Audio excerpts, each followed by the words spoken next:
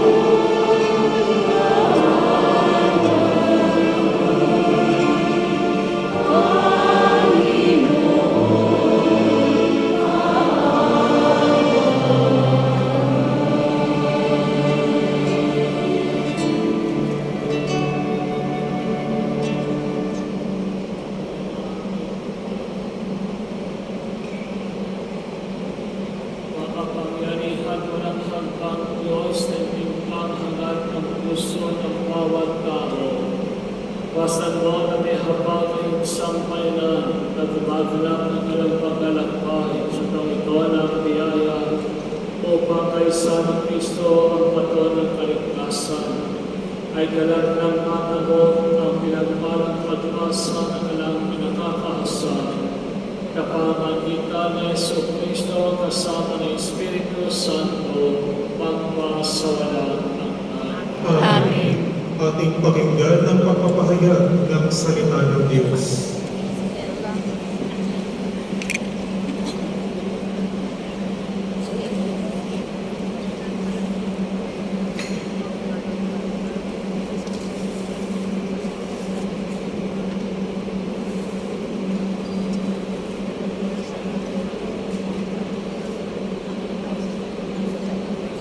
Pagbasa mula sa aklat ni Propeta Mikas. Patnubayan mo ang iyong bayan, Panginoon, ang bayan na iyong hinirang. Nag-iisa siya sa gitna ng matabang lupain. Bayaan mo silang manirahan sa magandang pastulan ng basan at galaan.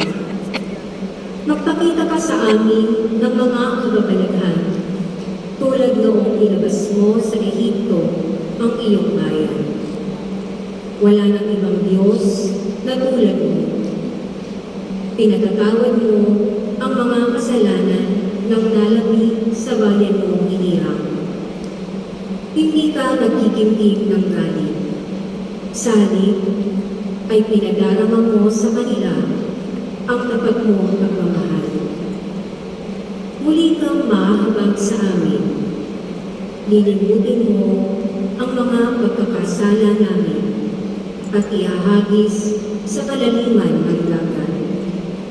Ipamamalas mo ang iyong katapatan sa Israel at ang walang maliw na pag-ibig sa angkan ni Abraham. Gaya ng iyong ipinangako sa aming mga magulang mula pa noong unang panahon. Ang salita ng Diyos. Salamat sa Diyos.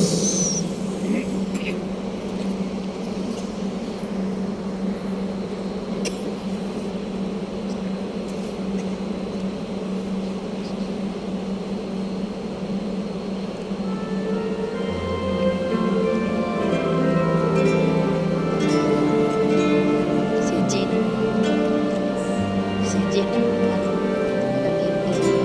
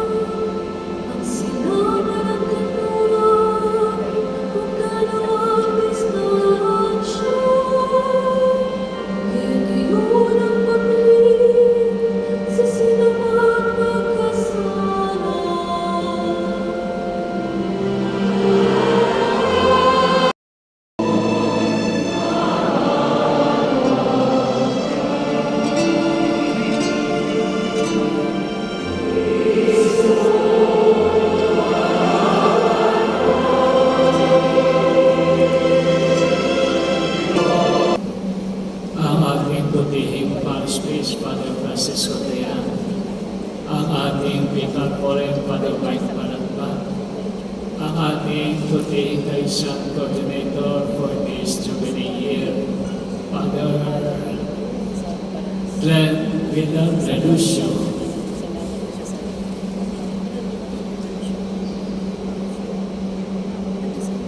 Mga minamahal ko mga kapatid kay Kristo, maraming pong salamat sa inyo.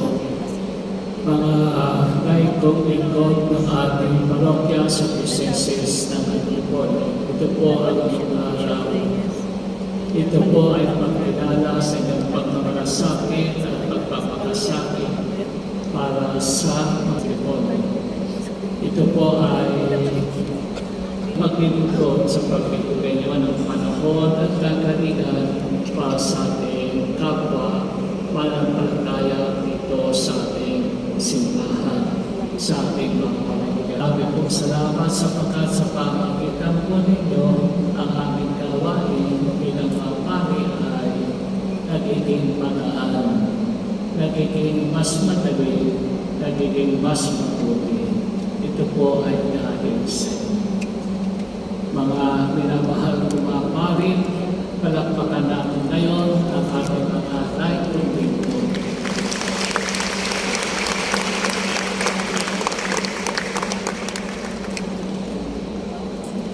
Masasabi po namin kung wala kayo ay magiging mabigat, may hirap ang aming gawain. At masasabi namin na kung saan sa pamagitan nyo ay lalo nakakaroon pa ng mas maraming nagnanais na maglingkod tulad ninyo sa ating simbahan at sa ating dioceses ng Antipolo. Kayo rin po ay inspirasyon sa inyo. At kayo rin po ay aming inspirasyon na kung saan kung kayo ay matungkulin, may pananagutan sa bahay, ay narito upang kami tulungan. Bakit naman kami na kung saan ay hindi mahigit na magbigay ng aming tungkulin, ng aming kakaya't kagalingan sa mga kawan na nagkatiwala sa aming kamay, sa aming pangangalaga.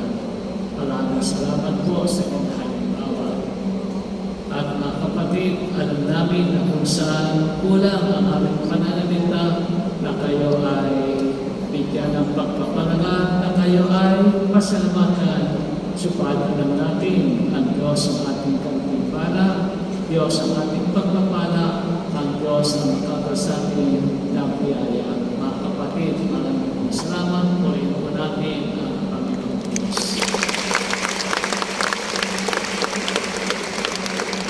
Sa ating pong pag-uwi ay ating pong pasalamatan at kapag ating nakadaong palad ang ating mga punong lingkod ng ating lalawigan, ng ating bayan, sila po ay ating pasalamatan. Napakaganda po ng lugar nito, Inari Center, at ito po ay dahil sa kagandahan loob ng ating putihin, ng ating lalawigan, ang ating Honorable Governor Inarici Inares, at ang local officials ng ating bayan, ng ating vicarie, si Mayor General Ronnie Evangelista, at mga kapatid, kung sila po ay inyong makakausap, makikita, sabihin po ninyo sa kanila ang masasalamat ng dioceses ng Antipolo sa kanila, at sabihin din po natin talagang napakaganda ng lugar na ito. Amen po ba? Amen! Maganda po ang lugar na ito. Amen po ba? Amen! Mga kapatid, hindi ba't masarap, magandang pangarapin na tayo ay mangarap na sana sa susunod na pagkakataon sa inaharap ang ating inagsimbahan din ay meron ganito na kung sa isang center, isang convention hall, na lahat ng mananampalataya ng dioceses ay ating matitipon ng sama-sama upang sa ganon lahat ng ating pagdiriwang diocesan or international ay maghanap ng lalim sa lalawigan ng Rizal sa dioceses ng Antipolo. Amen po ba? Amen! Sa palagay ko at sa aming karanasan, wala pang dioceses na merong ganito. convention center o kaya convention hall na kung saan maaaring tumanggap ng mga mananampalataya o nais magdiwang ng mga conference, seminar o symposium na 3,000 pataas, 1,000 pataas. At tayo ngayon, maraming pong salamat sa inyo mga kurang paroko. Tayo po ngayon ay 3,500 plus. Ang dami. At ang ating mga pari ay narito ngayon, sila po ay 40 plus. Mga kapatid, purihin po natin ang Panginoon Diyos. Masaya, masarap, maganda, masagana, at panatang kalooban ko tayong lahat sama-sama ng Biblia. Amen po ba? Amen. Mga kapatid, naitanong mo na ba sa iyong sarili?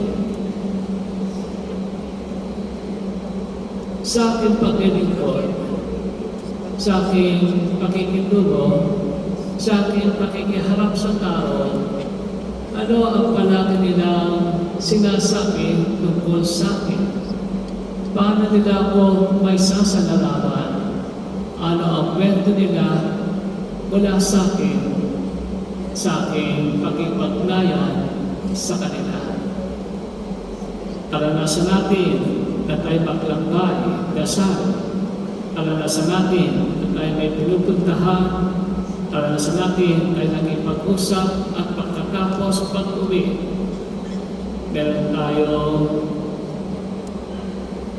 sinasabi natin na pag-usga, paghatol, meron tayong sinasabi na kung saan ano ang ating naging karanasan, ano ang ating naramdaman, ano ang na kung saan tumibok sa ating isipan. Hindi ba na kung saan ating sinasabi, doon ka pupunta, doon ka lumapit, doon ka magpag-usap. Wala kang marinig na kung saan bakit. Wala kang marinig na masama. Lahat ay mabuting tinapay. Doon ka lumapit, doon ka pumunta, hindi ka na magdadalawang salita. Doon ka lumapit, ikay kanyang papakinggan, ikay kanyang haharapin, ikay kanyang patitikuhan. May mga pagkakataon na kung saan ay ating narinig at ay sinasabihan, may hirap kausapin, may hirap hanapin. Mga kapatid, bilang naibong lingkod, kayo ang mukha ng simbahan. Bilang naibong lingkod, kayo ang mukha ng parokya. Bilang naibong lingkod, kayo ang larawan, kayo ang salamin ng pari. Amen po ba? Amen. Kung tayo ay larawan, kung tayo ay salamin, kung tayo ay tinatawan, sa makatwid ang dapat makita sa atin, dapat marinig sa atin ay ang simbahan, ang parokya, ang pari, ang Panginoong Diyos, si Jesus. Amen po ba? Amen.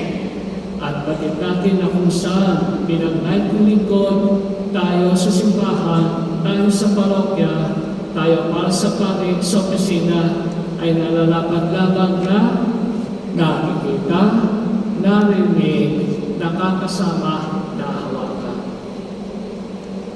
Dapat lamang bilang larawan, bilang salamin, bilang ginagawa, tayo ay nakikita, narinig, nahawakan. Amen po ba? Amen. Mga kapatid, bilang katangian, Hello guys, good morning. Nandito po ngayon sa recollection namin. Tingnan nyo guys. Magandang umaga po muli sa inyong lahat. Umaga din, Father. Isa pong kaligayahan na makapagbahagi ngayon sa inyo ngayong umagang ito sa aking mga kapatid na pari at sa inyong lahat na mga naglilingkod sa simbahan sa iba't ibang sangay ng larangan ng pagsamba. Mayroon lamang po akong problema sapagkat alam ko, hindi ko na po nakikita ako ng mga tao sa likod. Nung ako po ay bagong pari, pagkatapos ng ordinasyon ko po, ay nagkaroon ako ng unang misa ng pasasalamat. At si Bishop Makani po ang aking preacher. Nung nag-homily na si Bishop Makani, sabi niya, may problema tayo sa bagong pari natin, si Father Jenny. Sabi ko, wala pa akong ginagawa, may problema ng mga tao.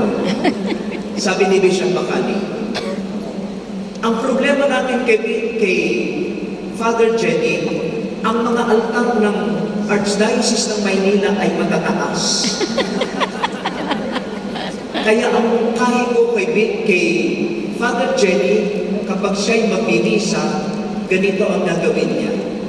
Dahil mataas ang mga altar at noon niya lang ang makikita, sasabihin niya sa mga tao, sa ngalan ng Ama at ng Anak at ng Espiritu Santo. Amen. Sasabihin niya, sumainyo ang Panginoon. At sasagot ang mga tao, at nasaan po kayo? Sana naman hindi po yan ang maging karanasan ninyo sa akin sa pagbabahagi ko ngayon umaga dito. Mabuti na, mababa yung ano. Ang ating pong paghahanda para sa Kwaresma at sa Semana Santa at sa 3 araw ng Triduo ay mas makahulugan ngayong taong ito dahil napapanood tayo sa Jubilee Year of Hope. At ito po yung ibig kong bigyan ng pansin sa inyo kung paano natin mauunawaan lahat ng mga ginagawa natin ngayong Kwaresma at Semana Santa sa pananaw ng Jubilee of Hope. Ang panalangin ko po ay sa mga pare, sa amin, at sa inyong lahat, sana itong Jubilee of Hope na ito ay hindi lamang taon ng mga maraming gagawin. Alam niyo po, ilang linggo nakararaan, galing ako sa isang probinsya at hiniling din ako magbigay ng talk tungkol sa Jubilee Year. Nalungkot lamang po ako sapagkat doon sa Archdiocese na yon, yung mga tao, iisa lang ang tanong, itong Jubilee Year, Father, paano mo makabibili ng passport? Yun lang ang tanong nila. Paano mo makabibili ng passport? At ano mo ba ang gagawin sa passport? Hindi pa lang kung may passport kayo, meron din kayo dito, no? Nalungkot po ako sapagkat yun lang ang tanong nila. Paano yung passport at ano ang gagawin sa passport? Mahalaga din po yan at makatutulong. Pero sana naman matapos itong Jubilee Year, hindi lang yan ang natandaan ninyo. Sa amin pong mga pari at sa inyo, ang panalangin ko, sana huwag niyo po itong kalimutan. Iisa lamang ang dapat na maging hangarin natin. Itong Jubilee Year of Hope, sana maging personal Jubilee ng bawat isa sa atin. Personal Jubilee ng mga pare at nating lahat. Kanina tinanong, ilang Jubilee years na kayo nakaranas? Sabi niyo 3.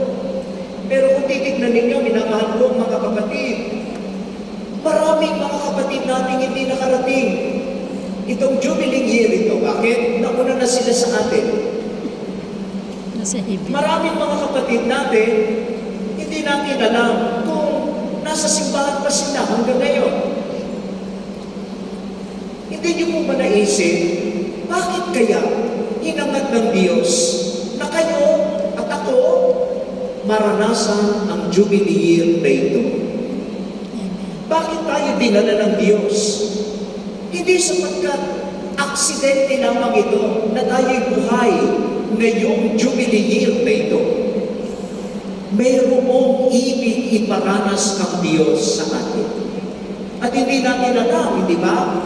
Pinaliwanag din sa inyo kanina, ang Jubilee Year, ang ordinary Jubilee Year, ay dinideklara ng simbahan every 25 years.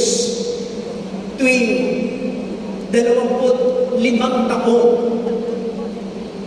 Every 25 years. Hindi ko alam kung sa susunod na Jubilee Year, buhay pa ako. Ilan sa atin dito ang makararanas pa ng susunod na Jubilee Year? Hindi natin alam. Pero isa lang ang alam natin. Huwag niyo po itong kalimutan. Ninais ng Diyos na taong ito, lahat tayong magkasama-sama at ipagdiwang ang Jubilee Year na ito.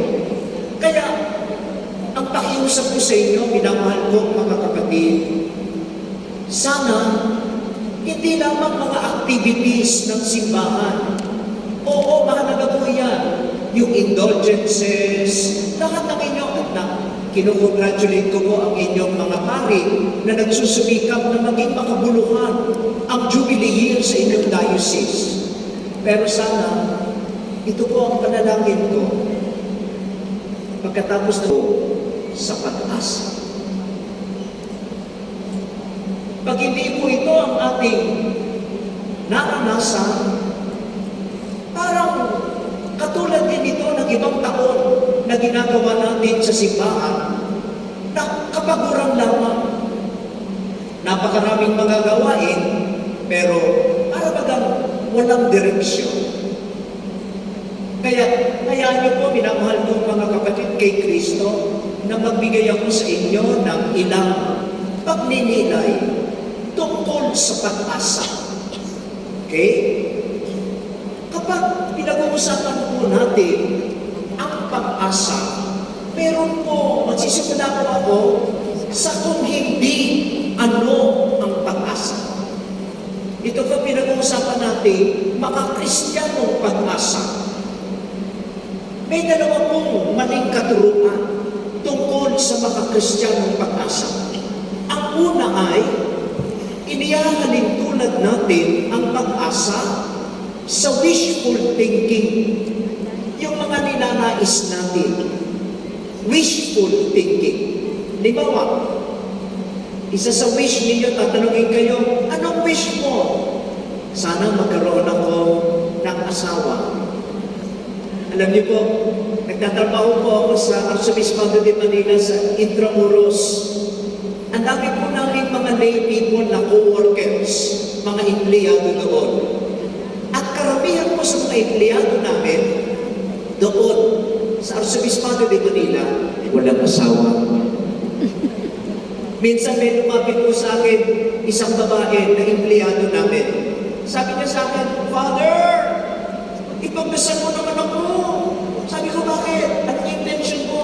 Sana naman po makahanap na ako ng boyfriend. Sabi ko, ilang taon ka na ba? 57 na po. Yun ang wish niya. Sabi ko sa kanya, Oy, magising ka naman. Kahit si Santa Rita at si St. Jude, patron of the impossible, baka masira sa iyo. So, yan po yung wishful thinking. Meron tayong inaanap, po pwedeng matupad, po pwedeng hindi.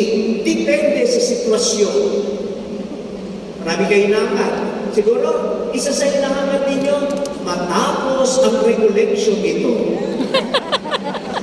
Nakatitiyak ako, matatapos po ito. Uuwi din kayo maya-maya. May mga wishes kayo. Doon makikita yung tinatawag na silver lining. Kahit madilim, meron pa rin sumisikat na liwanag. Hindi lang daw ito ang pag-asa na dulot ng ating Panginoon. Next slide.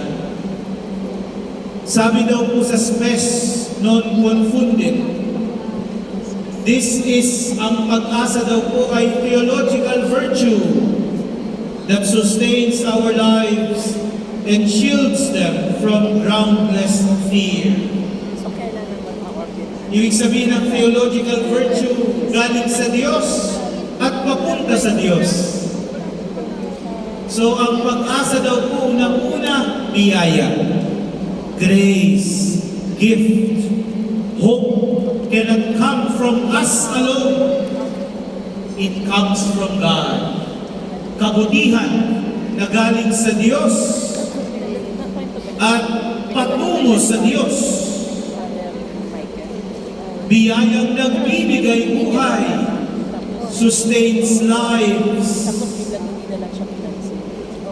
versus fear. Yan daw po ang isang kalaban ng pag-asa. Takot, pag-aalala. At sana po ay yan ang maging matibay sa ating kaalaman ngayong hapon. Next slide.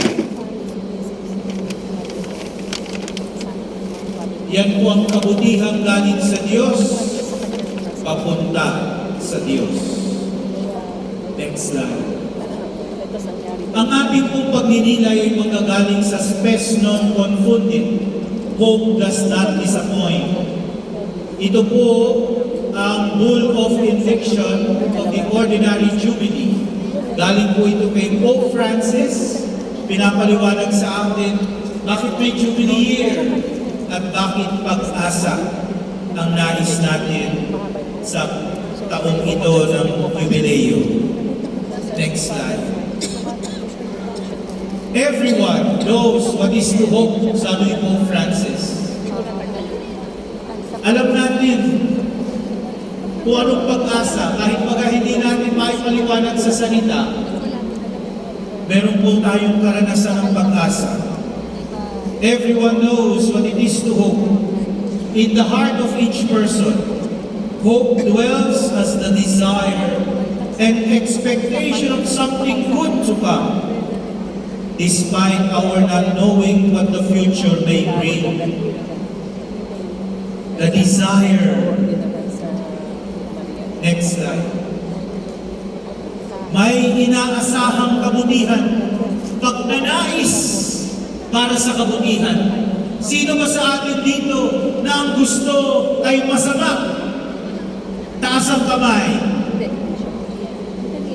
Ala naman. Ako lang. Ay iba, baba ko din. We all desire and expect good. Not only for ourselves, but especially for our loved ones. Sa mga mahal natin sa buhay, inaasahan ang kabutihan sapagkat yan daw po ang biyaya ng pag-asa. Kahit hindi natin naintindihan kung paano darating ang kabutihan, kung kailan darating ang kabutihan, subalit umaasa. Mamaya po pag-uusapan natin, saan galing yung pag-asa na yan? Na kahit hindi natin nauunawaan, kahit hindi natin alam kung paano, umaasa sa kabutihan. Alam niyo po, kung tayo ay titingin sa ating mundo ngayon, sa ating kapaligiran, nakakapag po. And sure, napakarami nating makikitang dahilan para panghinaan ang loob. Away-away. Di magkasundo. Di magkaintindihan.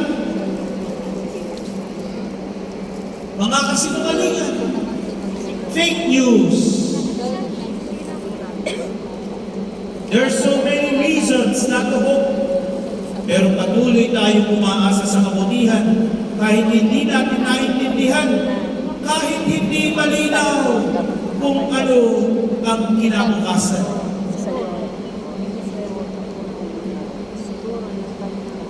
That we continue to hope. Umaasa ba kayo na ngayong hapon na to, may mabuti kayong marinig sa akin? Amen. Yan ang hindi natin maintindihan. Kaya po mamaya, pagka-uwi ninyo, at wala kayong naintindihan, sabihin nyo sa sarili nyo, ay ganyan talaga ang pag-asa. Hindi natin maintindihan. Pag-uwi ninyo, tanungin kayo ng mga kasama nyo sa bahay nyo, Nay, anong ginawa nyo? Anong naintindihan nyo? Sabihin nyo, wala. Bakit? Ganyan talaga ang pag-asa. Kahit hindi malinaw kung anong kinabukasan, kahit na hindi maintindihan, kahit hindi maipaliwanag, umaasa sa kabutihan. Bakit? Next slide. Number 1, dahil ang umaasa, marunong maniwala. Hope believes. Ang umaasa, marunong maniwala. Something good will come. Ang mabuti ay naghihintay sa atin kahit hindi natin naintindihan. Next slide. Because hope that comes from God does not disappoint. Spes non confunded. Christian hope does not deceive or disappoint because it is grounded in the certainty that nothing and no one may ever separate us from God's love. Bakit tayo umaasa kahit hindi natin naintindihan, kahit hindi malinaw ang kinabukasan, dahil lagi nating kasama ang Diyos. Amen? Next slide. Sino ang makapaghihiwalay sa atin sa pag-ibig ni Kristo? Kaguluhan ba? Kabighanian? Pag-uusig? Pagkagutom? Kahirapan? Panganib o kamatayan? Hindi, sabi ni San Pablo. Sa lahat ng mga ito, tayo'y lalong higit pang magtatagumpay sa pamamagitan niya na nagmamahal sa atin. Amen. Amen. Bakit tayo umaasa?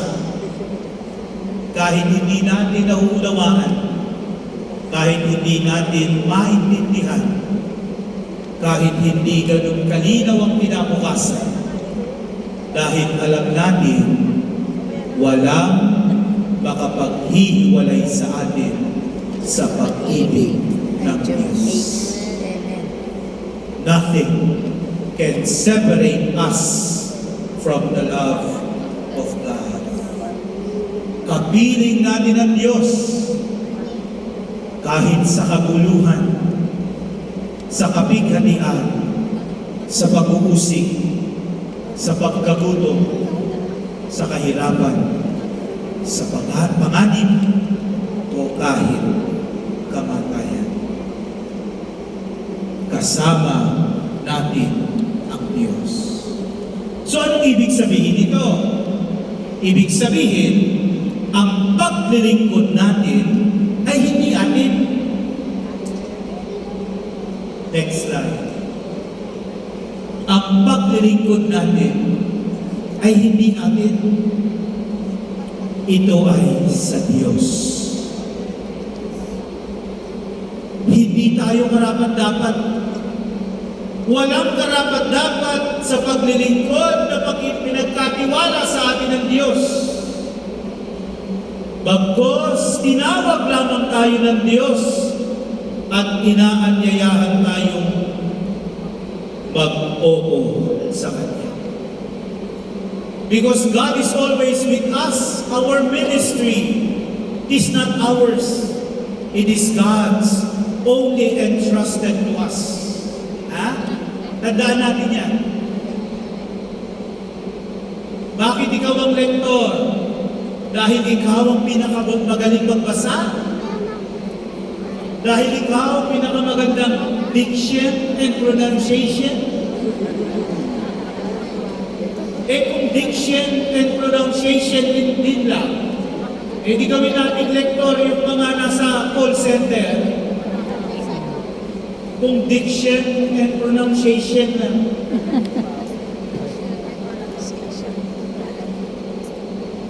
Ito lang po tandaan natin.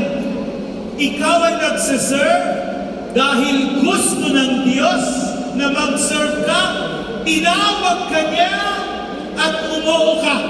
Amen? Amen. Because this ministry, your service, is not yours.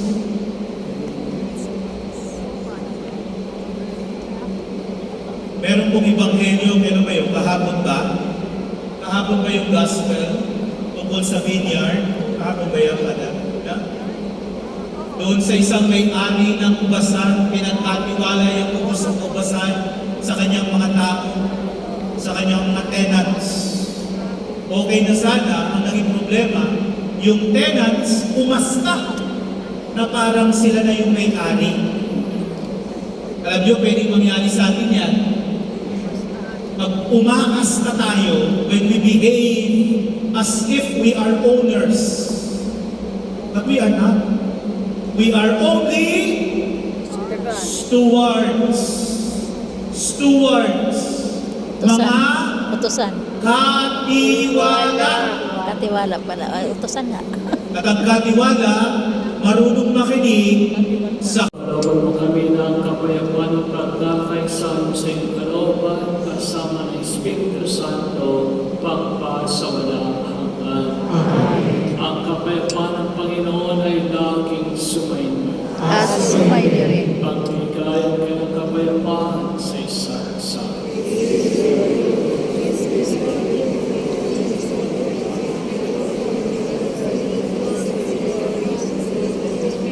Spirit you.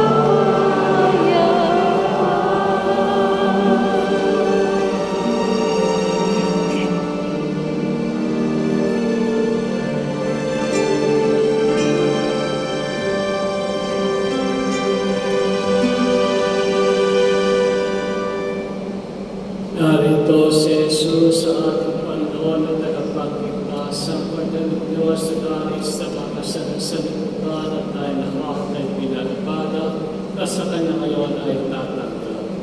Panginoon, hindi ko Dapat magpatuloy sa iyo. Ngunit isang salita naman ay gagawin na.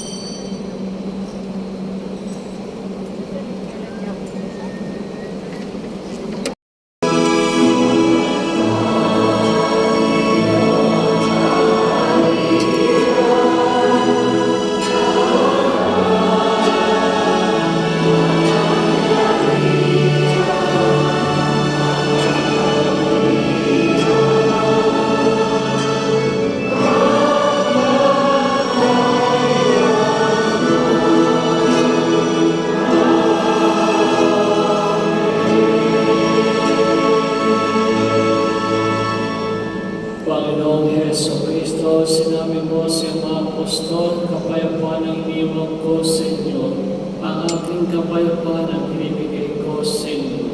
Tunghain mo ang aming